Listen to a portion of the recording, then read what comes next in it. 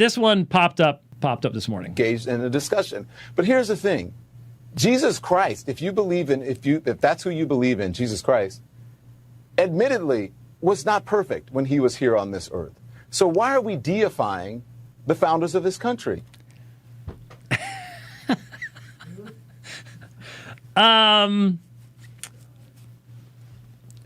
Okay, so he doesn't know who Christians think Jesus is, or has forgotten who Christians think Jesus is and was. What does any of that have to do with the false accusation of deifying the founders of this country? I'm guessing they were probably talking about, getting rid of Washington and there's that famous picture of the Constitutional Congress, and someone last year sometime in 2019, before all the violence started actually, put a red dot on the face of everyone who either had slaves or didn't oppose slavery. There were very, very few people that didn't have red dots on their faces. And that, the 1619 Project and all that stuff could never have existed back in the days when people still studied history in a meaningful fashion. You actually had to read about history and know something about the subject. We just don't do that anymore. History became part of the political polemics in public education a long time ago. And I remember back in the 80s when people started sounding the alarm. Hey, do you see what these textbooks are doing? These textbooks are changing our history. They're becoming books to advocate for leftism. And people were complaining about it, but probably the one union you cannot possibly fight is the teachers union. So, and they were thoroughly taken over a long time ago.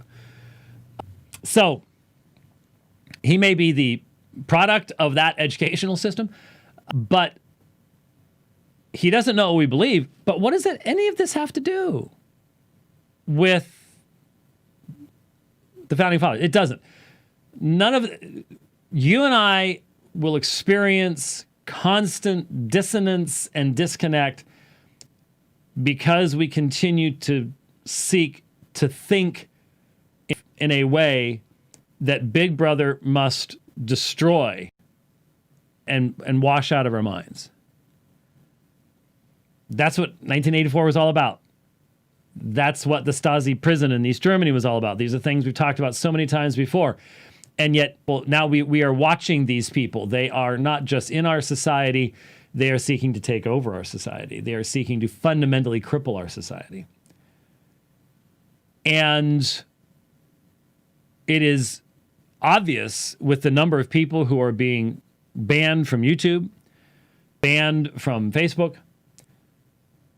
They've got a list, and they're just working down it. That's why you need to have aomin.org bookmarked, because it's not going to be long before Big Brother gets to us. We're small fries right now, but they're doing it. They're working through the list, and they're just getting rid of people right and left, because what you need to understand is totalitarian leftists cannot debate. Remember how childish. That's why we didn't take it seriously. But remember when you would see people coming into classrooms, and when you try to talk with them, all they do is sit there and scream. Like they're a 2-year-old. Well, not even 2-year-old, a 1-year-old. And yet they're 22 years of age. They cannot reason with you. The young lady who was talking to the elderly black man who was trying to protect the statue, he's still functioning on the old world. Logic, rationality, truth, a meaningful foundation for justice and equality, and all the good things that flow from a recognition of God's law. You listen to her responding, and she cannot respond with logical thought. She cannot reason. all she has is a data bank of slogans. And when someone contradicts one of those slogans, all she can do is repeat it because the slogan is not connected to a rational thought process. It's based upon falsehoods. But they're indefensible, and so you can't. All you can do is just keep repeating them. You can't defend them, so you can't engage in debate and things like that. And so the left has to shut down all dissent, and that's what Pravda was about. Pravda means truth in Russian. So I've been listening to this stuff for a long, long time, and so I remember, people warning about what was coming. I just could never imagine that it would take the form that it's taking right now, and the destruction of our cultural memory. I had a brief exchange with a young, I think, black lady on Twitter yesterday, and she was very upset about what I said. I have made the commitment. The only time I will see any NFL or NBA sports is if they reopen my favorite little Italian place to go eat, because they normally have sports playing there. I will not turn it on at home. I will not bring it up. They're going to have Black Lives Matter on the courts, the NBA, and for the beginning of the NFL games, they're going to have a second national anthem, a black national anthem.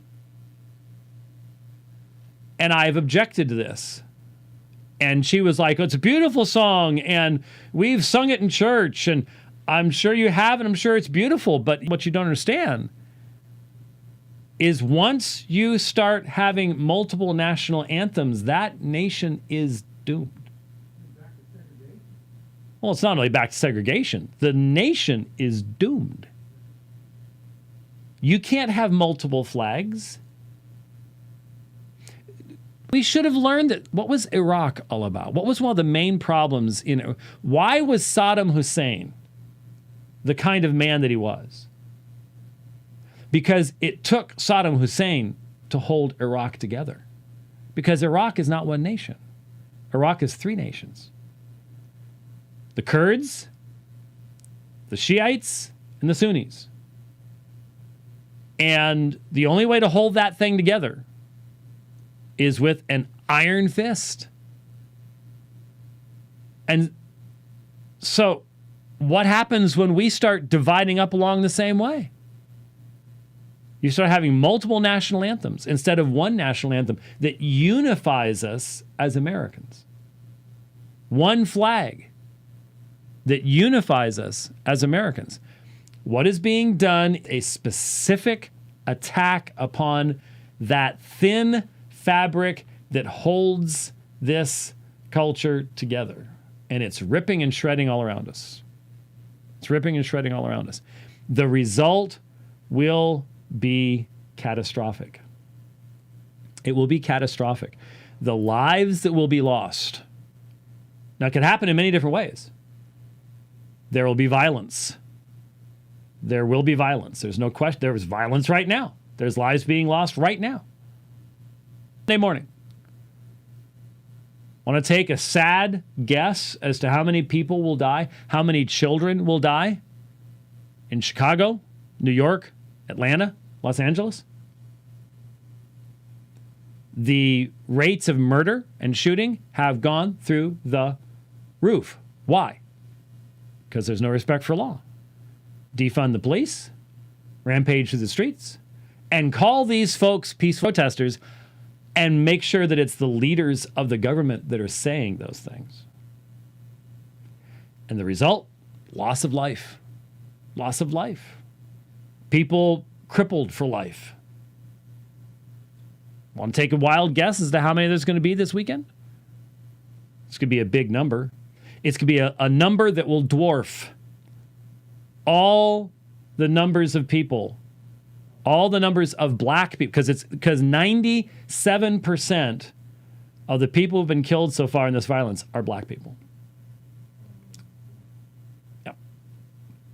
So the irony here is just as you had in the Soviet Union, Pravda, everybody knew that what was printed in the magazine or the newspaper called Truth was not truth. So Black Lives Matter makes a statement with words that is contradictory to what they actually practice. They're willing to sacrifice all the black lives they need to accomplish their goals, which is the destruction of the constitutional form of the United States of America and the establishment of themselves as the elites with power. They'll sacrifice all the black lives they want because black lives do not matter to them. Black lives matter politically as a tool. And once you embrace Marxism, that's all you've got, because the Marxist worldview has no foundation to fill in the meaning of that word matters. Matters to the state, matters to the advancement of the state, matters to the continuation of the state, whatever. But it can't be matters as in because it's made in the image of God. That's no longer a possibility. And that's what we're facing. That's what we're facing.